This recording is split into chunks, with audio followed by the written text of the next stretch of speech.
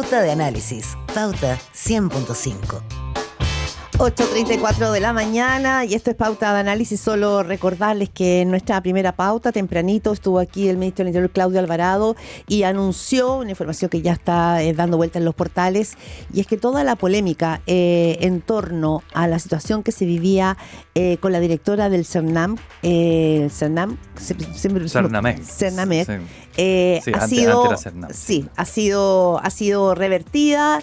Él dijo que se va a poner en pausa la salida de la directora porque finalmente aquí lo que pasó es que ingresó una licencia con efecto retroactivo. Usted recuerde que ella, Priscila Carrasco, se encuentra atravesando un cáncer de mamas, uno de los más graves, según ella explicaba ayer en una entrevista con Mónica Rincón en CNN. Así que esta fue la información que daba el ministro del Interior aquí en Radio Pauta esta mañana tempranito. Sí, vamos a... Y tenemos noticias también del Sí, IMASEC. tú me dijiste, ¿ya salió? ¿Lo tenemos por ahí? Sí, salió. Yo no lo logro encontrar, sinceramente, salió voy más lento. Salió el IMASEC, salió el IMASEC de febrero 2026, y de acuerdo con la información preliminar, el IMASEC de febrero cayó en 0,3% en comparación con igual mes del año anterior. O sea, fue un IMASEC peor de lo esperado, y el resultado de este IMASEC se explica por la caída de la producción de bienes, lo que fue en parte compensado por el desempeño de los servicios. Esta es la información económica con la que arrancamos este 1 de abril. Tú dices cayó el IMASEC un 0,3%, y yo te iba a decir, qué ganas de tener a un buen economista, un ex ministro de Hacienda, así como a preguntarle de inmediato, una vez conocida la cifra. Bueno, conocimos la cifra y se me cumplió. Aquí lo tenemos en el estudio, un buen economista, ex ministro de Hacienda, Mario Marcel, así que se lo puedo preguntar de entrada. No lo ha analizado él todavía. Conocemos el número nomás, que hay un 0,3%. ¿Cómo está, Mario? Qué gusto tenerlo aquí. Claudia y Gerardo, les saludamos. Sí, bueno, muy buenos días, Claudia, Gerardo. Había mucho taco en la ciudad, ¿no? Sí, harto taco. Pero ya llegó. Pero aquí estamos. Alcancé a ver el dato del IMASEC a la salida del ascensor. ¿Cómo hay que leerlo, este 0,3? No es un buen dato. No es un buen número. El mes anterior, enero, todavía uno podía interpretarlo en términos de que enero del año anterior había sido muy alto. En esa época se habló, ¿cierto?, del boom de las cerezas, en fin, un montón de cosas. Pero todavía respecto del mes anterior desestacionalizado, lo que los economistas llamamos velocidad, tenía una variación positiva de 0,2%. Pero hasta donde alcancé a ver en el camino, me parece que en esa comparación también este dato de febrero también es negativo. Sí, se esperaba leve alza, decían. Esa era la proyección, es leve alza. Así es, así que habrá que ver más a fondo qué es lo que esto... cuáles son los factores más específicos que lo explican, qué es lo que uno puede esperar para el resto del año. ¿Se puede sacar esa conclusión de aquí en más? ¿Este es un punto de partida para esa conclusión? Mire, los datos mensuales siempre son volátiles. De hecho, hay países que no tienen el equivalente al IMASEC nuestro. Estados Unidos, por ejemplo, no tiene un indicador mensual oficial, solo funciona con cuentas trimestrales. Ahí nosotros el Banco Central las publica, ¿cierto?, cada 3 meses. Por eso, cuando se da a conocer el IMASEC, siempre se dice que es un dato preliminar, porque son las cuentas nacionales las que van corrigiendo. Pero no es un dato bueno. Es como pesarse todos los días o pesarse una vez a la semana, ¿no? Uno le va dando ciertos parámetros, pero a veces puede ser engañoso hacerlo tan seguido, ¿no? Claro, pero no quiero ni minimizar ni sobredimensionar el dato. Pero por supuesto que habría sido mucho mejor tener un dato más positivo. ¿Y por qué es importante también, además del IMASEC puntualmente, Mario Marcel, usted como exministro de Hacienda, que ha estado también en el ojo del huracán, porque lo que hay instalado hoy día es el argumento del gobierno de José Antonio Kast de que finalmente aquí quedó la caja vacía, de que el panorama económico es negro, y que por lo tanto tenemos que apretar el cinturón, así como casi economía de guerra. Entonces, ayer el presidente José Antonio Kast daba una entrevista con periodistas de distintas radios de nuestro país a través de la Archi, y decía, no podemos confiar en ningún número que nos dejaron. Decía él que le preocupaba la falta de reconocimiento de los problemas que generaron ustedes, el gobierno anterior, en la crisis fiscal. Entonces, un IMASEC malo lo que quizás viene es alimentar este mal escenario. Bueno, también se había dicho que cuando había IMASEC más buenos a fines del año pasado se dijo que era por el gobierno que venía. Entonces estas disputas así, mire, yo lo que digo y lo que me tocó practicar ¿cierto? Como ministro, es que una vez que uno está en el gobierno tiene que hacerse cargo de las responsabilidades que tiene de gobernar. Usted menciona muchos temas. Sí. Si estamos hablando de actividad económica, fíjese que yo veía, creo que fue ayer o antes de ayer, un empresario banquero que decía, pucha, si hacemos las cosas bien vamos a poder crecer al 3%. Bueno, resulta que Chile prácticamente creció al 3% el 2024 y el 2025. El 2024, de acuerdo a las cuentas nacionales que se dieron a conocer recientemente, la economía creció 2,8%. Y el 2025 creció 2,5%, pero el PIB no minero creció exactamente 3%. O sea, el año pasado, desgraciadamente, la minería nos jugó en contra.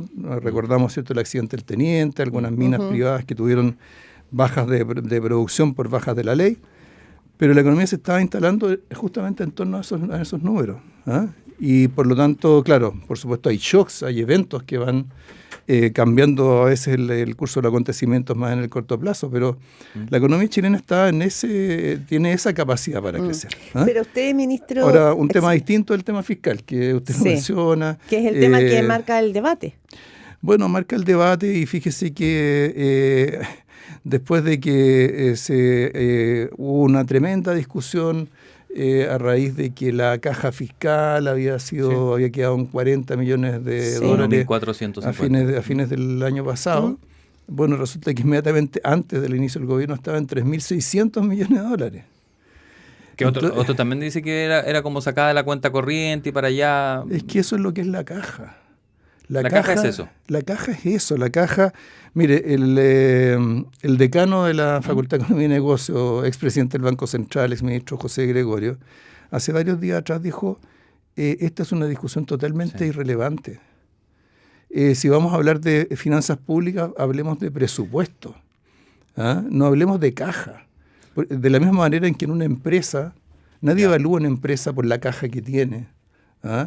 Porque además si una empresa tiene mucho efectivo, tiene mucha plata en la cuenta corriente, está perdiendo plata. Sí, Mario Marcel, pero es importante en la medida que es finalmente con lo que un gobierno puede desplegar o no su programa de gobierno. No depende de la caja. No depende de la caja. No, son varios elementos. O sea, mire, yo le voy a dar dos contraejemplos para que se entienda la irrelevancia de la caja. El gobierno, cuando se aprueba la ley de presupuesto, recibe una autorización de endeudamiento del Congreso. ¿Ya? El endeudamiento de financiamiento es pura caja. ¿Ya? Para el presupuesto del 2026 se autorizó 18.000 millones de dólares de endeudamiento. ¿Por qué el gobierno no parte y al día siguiente emite 18.000 millones de dólares de deuda?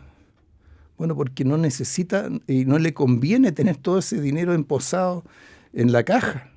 Va emitiendo de a poco a medida que lo va necesitando. ¿Ya? Entonces, ese es un ejemplo. Segundo ejemplo, ¿cuáles son los países que viven preocupados de la caja? Son países que no tienen acceso al mercado de capitales mundial. Yo recuerdo hace muchos años atrás, hice una consultoría en Bolivia, y me contaban ahí que cada día había una reunión del director de presupuesto, del tesorero, etcétera, para ir asignando la caja del día. Pero era porque en aquel momento Bolivia no tenía acceso al financiamiento. Chile lo tiene, ¿cierto? Tiene una buena calificación de riesgo, tiene grado de inversión, etcétera, tiene una autorización de endeudamiento y en función de eso tiene que maneja su caja. Salgamos un poco de la caja, exclusivamente. Sí, por favor. Porque yo creo que es mucho más amplio. Hablemos del endeudamiento. Sí.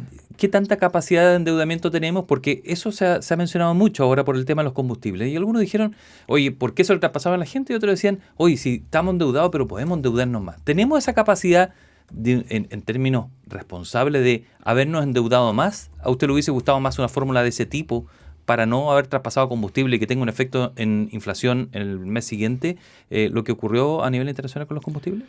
Sí, mire, la autorización de endeudamiento que se da en el presupuesto, que lo mencionaba recién, es consistente con las proyecciones fiscales del año y con el presupuesto que se está aprobando. Entonces en general no se aprueba una autorización de endeudamiento excesiva, ni tampoco que se quede corta y que impida que se ejecute el presupuesto. Entonces esas tres cosas, endeudamiento, balance fiscal y gasto, esas tres cosas tienen que estar calzadas, tienen que ser consistentes entre sí. Entonces eso significa que si uno tiene un gasto extraordinario, tiene que financiarlo dentro del espacio de endeudamiento que tiene, para lo cual o bien reasigna gastos o bien genera mayores ingresos.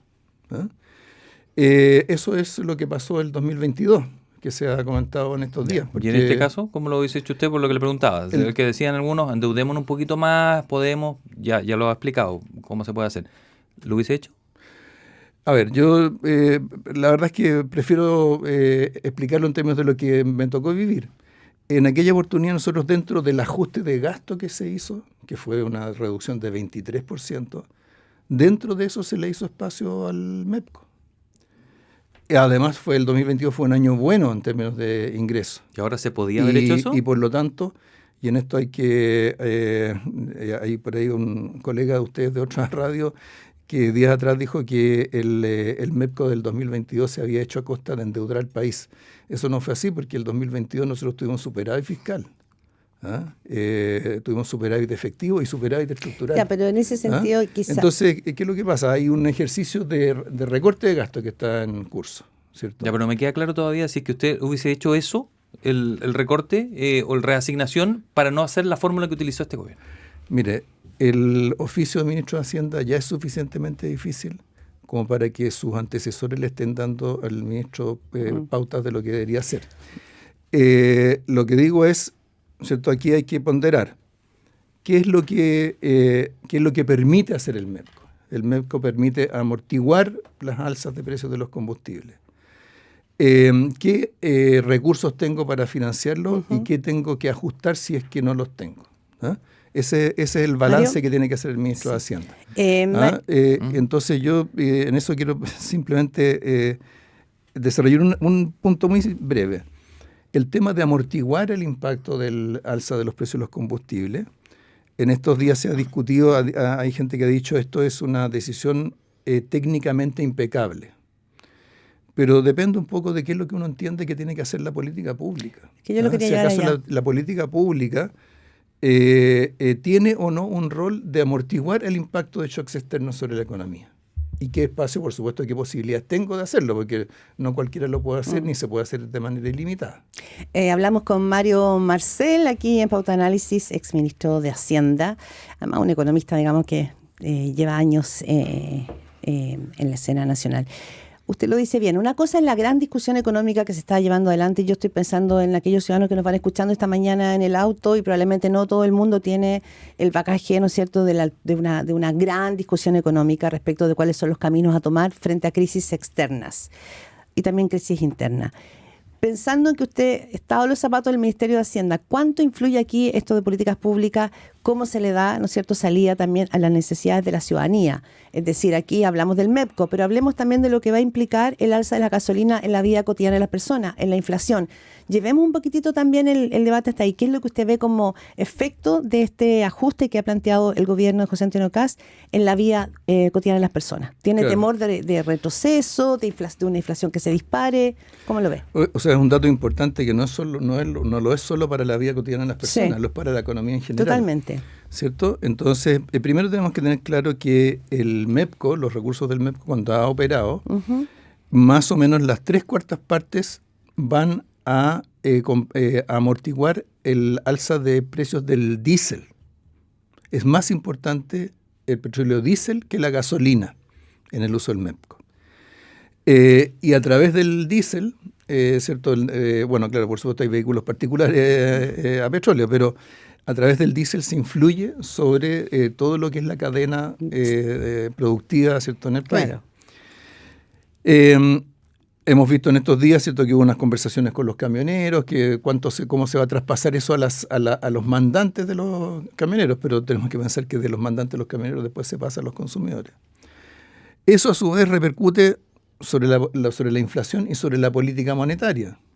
Entonces lo que nos acaba de decir el Banco Central es que va a ser más prudente, incluso en su mapa de alternativas para la política monetaria, incluso subir la tasa de interés en algún momento del año, y eso a su vez frena la economía. Entonces hay muchas repercusiones no es simplemente el tema de los automovilistas, o qué sé yo, el 20% más rico que circula en automóvil, sino que tiene todos estos encadenamientos. Eso es lo que hay, es lo que hay que ponderar también. ¿Pero usted cree que no lo tuvo a la vista este gobierno eso? Sí, por supuesto, y el gobierno hizo su opción. Tomó su opción, que según escuchamos hace pocos días de parte del ministro García, además fue una opción que estuvo en cierta medida determinada por el riesgo que se veía en legislar para cambiar los parámetros del MEC más allá de lo que se permite en la ley. Entonces, esos son los elementos que entraron dentro de En algún minuto, Mario Marcel, cuando usted todavía era ministro de Hacienda y en la plena campaña se discutía respecto de hacer un ajuste fiscal de 6.000 millones de dólares, que es lo que planteaba la campaña de José Antonio Caz, usted dijo que era imposible hacer algo así lo dijo que mismo. No, era imposible hacer algo así si no había, ¿no es cierto?, un recorte en gastos sociales, en proyectos sociales. Mira hoy día el recorte fiscal que está en curso. ¿Tiene usted la preocupación de que pueda haber una afectación de algunos proyectos sociales? Y en ese sentido, ¿cuáles podrían ser? Bueno, lo que se está haciendo ahora en este 3%, ¿cierto?, más un ajuste adicional que plantea el Ministerio de Hacienda, entiendo yo, no son los 6.000 millones, sino que entiendo que la meta es algo así como 4.000 millones de dólares. Sí, es más bajo, sí. Y está en proceso de implementación. Entiendo yo que en los próximos días va a haber un decreto en que se va a detallar todo lo que se va a ajustar. Ya vimos que se hizo una excepción con los temas de seguridad, lo cual en cierta medida refrenda esa idea de que ¿cierto?, un recorte de esa magnitud y aplicado de manera pareja eventualmente tropieza con prioridades de gobierno y prioridades de la ciudadanía. Según he escuchado, también se está planteando que se exceptúe de la salud.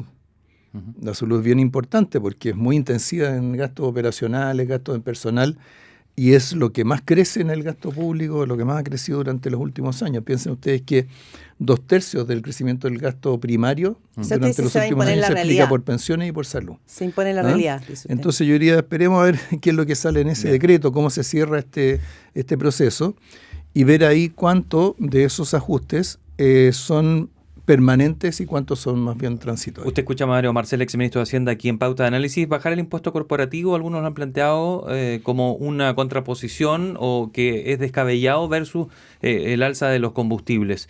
¿Le parece que es incongruente que esto esté considerado en una posible reforma tributaria que va a ser presentada pronto? Sí, mire, bueno, hay una reforma tributaria en ciernes que, ¿cierto?, formaría parte de este proyecto misceláneo creo que se llama Reconstrucción Nacional. Sí. Y eso, en el conjunto, implica una disminución de ingresos fiscales.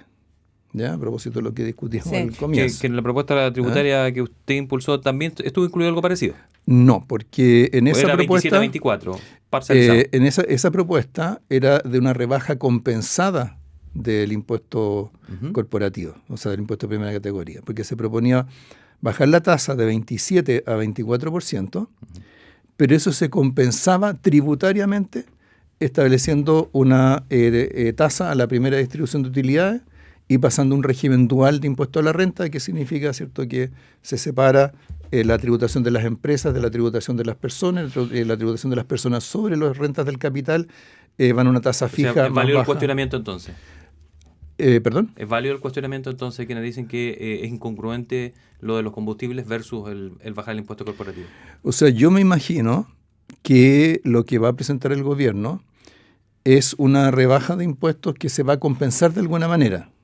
Probablemente sea con recortes de gasto, a lo mejor con algunos adelantos de impuestos. Eso tenemos que esperar. Ya parece que ya cambió un poco la fecha en que se iba a presentar ese proyecto, pero habrá que verlo ahí cuando se presente, ¿no?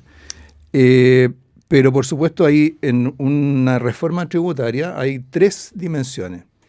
Hay una dimensión fiscal, que es lo que se pierde o lo que se gana en términos de recaudación. Hay una dimensión macroeconómica, que es cuál es el impacto que eso puede tener sobre la inversión, sobre la actividad, y una dimensión distributiva, que tiene que ver con quiénes se benefician y quiénes pagan. Entonces, bueno, cuando tengamos ya la propuesta en detalle a la vista, habrá que evaluarlo en esas tres dimensiones. Y lo último, ¿no? Mario Marcel, pues el tiempo voló. Más allá de la cifra, lo que vemos en el fondo también a nivel político, usted mismo a veces ha dicho, la política en Chile se ha puesto muy polarizada. Vemos un choque de narrativas respecto del país que recibió José Antonio Kast y el país que de alguna manera, bueno, dejó usted, Mario Marcel, y el exministro de Hacienda también, Nicolás Grau. ¿Cómo lee usted este choque de narrativas? ¿Qué puede leer acá la ciudadanía? Son como dos países. Usted como que plantea que dejó el país en buenas condiciones y el gobierno siente que lo recibió. Lo decía el presidente Kast ayer, decía, si no hubiera sido por el desorden, esto no habría pasado. Bueno, ya comentamos sobre los temas de actividad. Además hay que mencionar que el crecimiento del 2025 estuvo liderado por la inversión, porque creció 7%. En términos fiscales, por supuesto que la situación es tensa. Hay cosas por hacer importantes todavía. De eso nadie puede tener duda.